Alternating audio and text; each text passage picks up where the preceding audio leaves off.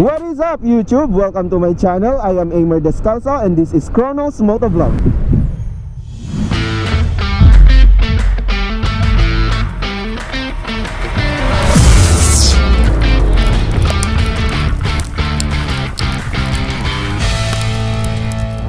So it's 3:10 in the afternoon and pauwi na ako galing ng work. Actually kaninang 1 o'clock pa yung natapos yung work ko. Nag-early out ako since kahapon nag-overtime ako dahil may meeting kami. And kahapon may dumating akong parcel, mga motor parts, pero hindi ko pa naiuwi dahil nga overtime and wala rin akong chance na makapagkalikot ng motor kagabi. So ayun, ngayon ko palang inuuwi. Pero dumaan muna ako kay mami, pinakita ko sa kanya yung parcel and as usual, nagalit na naman. Kaya kailangan natin ng suhol and ito yung mga nangyari.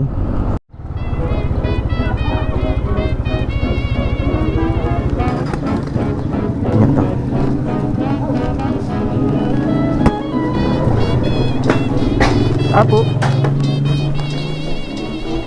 Ma'am Joanne, delivery. NANI? お前はもう死んでいる。 Motor manong. Nalaka mo lang ni. Ano nga nalaka kita man ta presyo na? Talatag milk tin.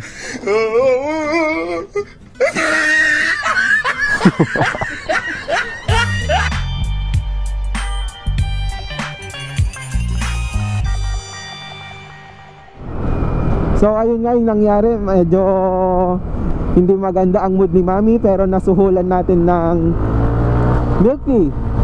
Yan, nabigyan ng milk tea at kahit papano na pawi naman yung bad mood niya. Medyo may kamahalan kasi yung mga parts na nabili ko, mga pang CVT upgrades, CVT ng NMAX, and i-unbox natin mamaya. Medyo malapit-lapit na tayo sa bahay kaya let's go.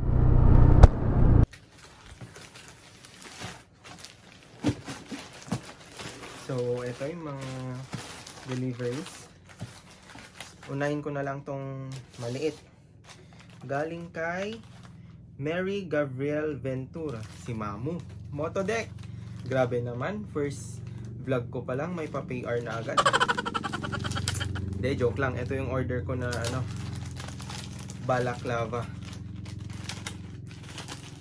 Tingnan natin.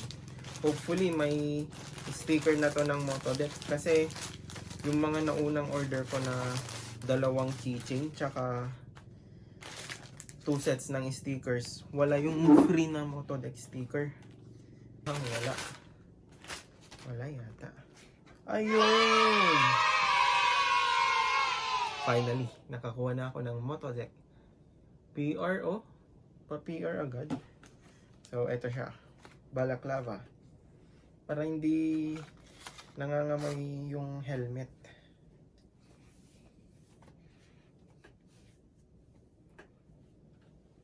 Ayos. And eto na. Eto yung pang CVT upgrade natin sa ating NMAX. And worth 4,318. Medyo masakit sa bulsa pero kailangan eh. Actually, yung NMAX ko, hindi na stock yung panggilid niya.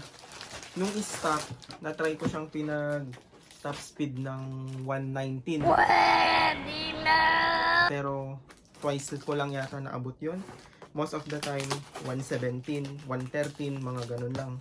Eh, nakukulangan ako. Lalo na't may mga nakikita ako sa Facebook and YouTube na stock lang daw, pero napagwa 125 nila. 125. So, bakit kaya? Dalawang NMAX yung na-try ko. Siguro nasa driver. Kasi pareho na. Yung isa, yung sa barkada ko, 117 ang natap ko. Then, yung sa akin, 119 nga nung stock. And ayun, nagpalit ako ng fully set na RS8 V4. Nagpalit ako ng bola na straight 11, clutch spring, tsaka center spring na 1,000. Okay naman siya, mabilis siyang umarangkada, pero wala pa rin, yung top speed pa rin niya is 119. Mas mabilis nga lang yung makuha yung top speed, tsaka mas madalas akong nakapag 119 pero sumasagad talaga sa 119. Kaya nag-inquire ako sa isa kong tropa and sinuggest niya na gawing straight yung panggilid, RS80 straight. Ang suggest niya sa akin, instead na straight 11, try ko daw yung 310, 313. So, since 13 yung stock ng NMAX, yun muna siguro ang gagamitin ko. Kaya nag-order na lang ako ng 310 grams. May na-orderan sa Shopee na pwede ang 3-3 lang. So, ito siya, 10 grams. Then, ito yung clutch assembly na pang NMAX, Aerox, tsaka M3. Ito siya, yung bago nilang model. May free na rin siya na clutch spring na 1000 RPM.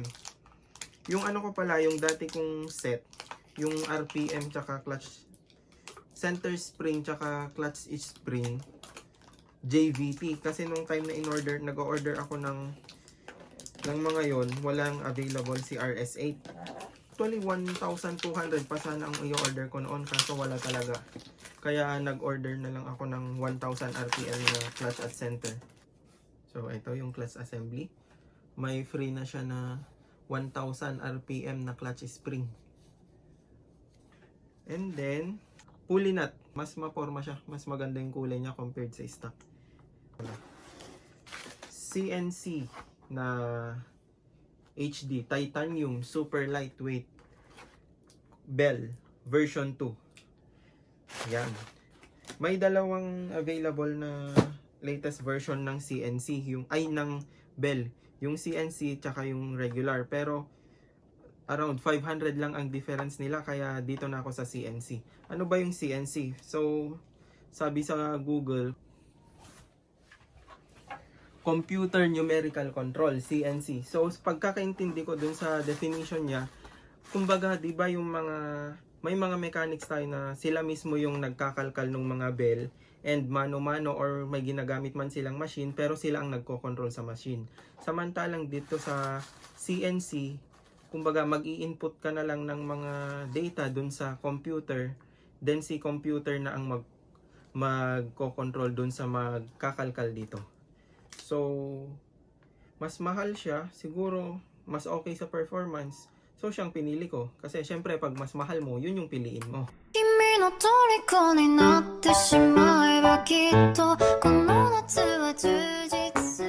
So, let's go. Kabit na natin tong mga to. Eto, may in-order ako noon na set na pang-baklas ng panggilid. Tignan ko kung kaya, kung ako lang ang gumawa. So, ayun nga. Buksan na natin.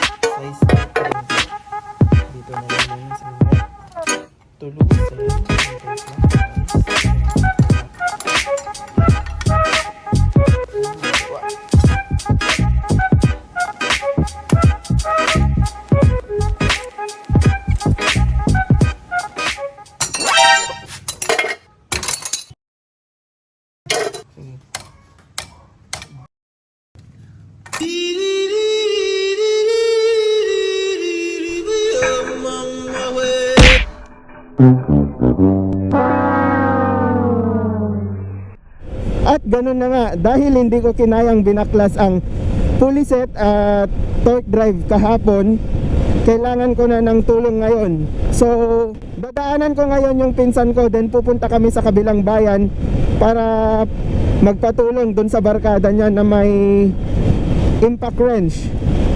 Few moments later. Yan, malapit na tayo. Nandito na tayo sa bahay ng Claveria.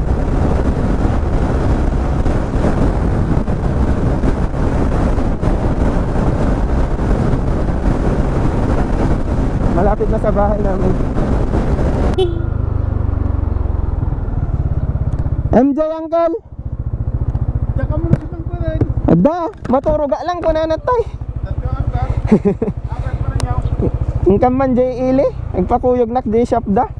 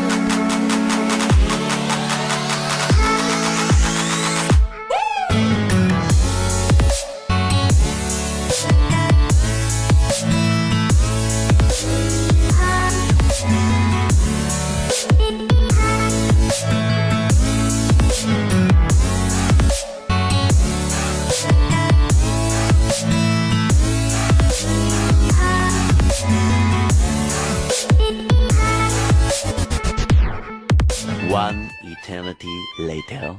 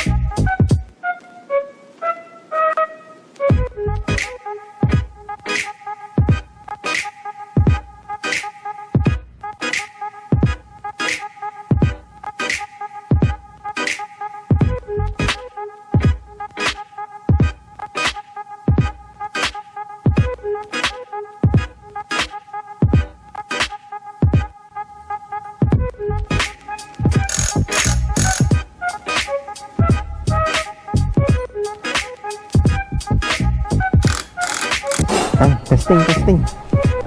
Bro, thank you.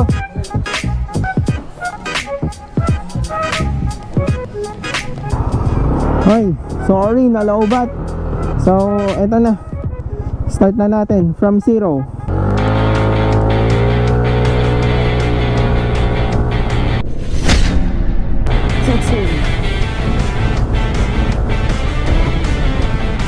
Parang mas mabilis mag 100 ah.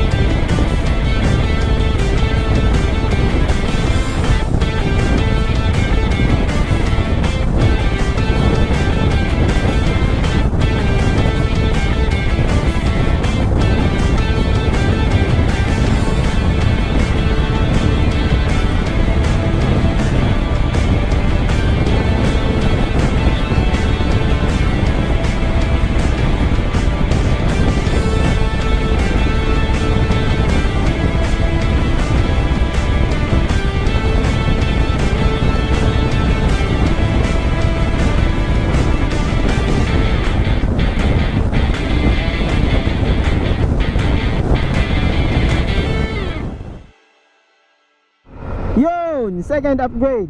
RS8 pulley set V4, 10-13 flyball combination, RS8 lightened CNC clutch bell, RS8 lightened clutch assembly, 800 RPM center spring and 1000 RPM clutch spring. Feedback versus stock and first upgrade. Mas malakas ang arangkada niya ngayon.